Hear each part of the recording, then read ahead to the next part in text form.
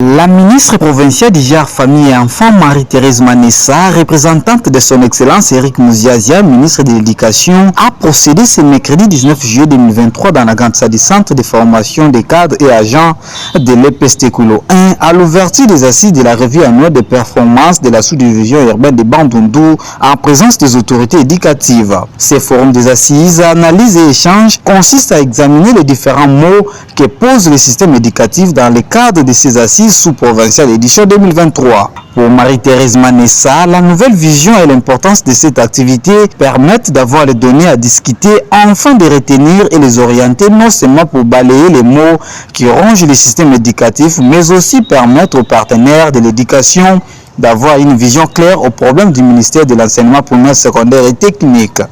Distingués invités, mesdames et messieurs les participants,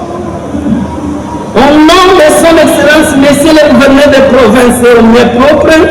je déclare ouvert les travaux d'assises sous-provinciales de la revue annuelle de performance de l'exercice 2023 et je vous remercie. Par ailleurs, Marie-Thérèse Manessa a invité les participants qui ne sont que les gestionnaires, des chefs de cellules de statistiques, les comités des parents et les syndicalistes des enseignants à la détermination pour passer à revue les questions liées au système éducatif, évaluer les forces et faiblesses, mais surtout de creuser en profondeur pour diagnostiquer les mal qui dérangent la quiétude de l'éducation dans la province éducationnelle Koulo 1 afin de donner des pistes de solutions cohérentes. Dans son mot de bienvenue, Bénédicte Aboukani Boloko, sous-provède, a remercié le chef de l'État Félix-Antoine Tshisekedi Tshilombo pour la paix instaurée au Kwilu, surtout la matérialisation de la gratuité de l'enseignement sur toute l'étendue du territoire national, avant de présenter la carte postale de la sous-division urbaine. Au nom du comité sous-provincial de l'EPST Kwilu 1 et au mien propre,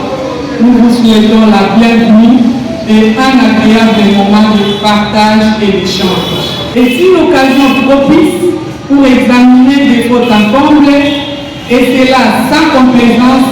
tous les mots qui rongent le système éducatif dans notre province du Kwilu, l'accès et l'accessibilité à l'enseignement primaire, l'amélioration de la qualité de l'enseignement, l'apprentissage scolaire et la bonne. La ville de Bandundu dispose de sites touristiques dont le port de Dimanoumou qui abritait dans l'État la grande usine Komo-Forêt à 12 km. En somme, cette activité de 3 jours, soit du 19 au 21 juillet 2023, a pour thème l'amélioration de la qualité d'enseignement par la bonne gouvernance et la redevabilité.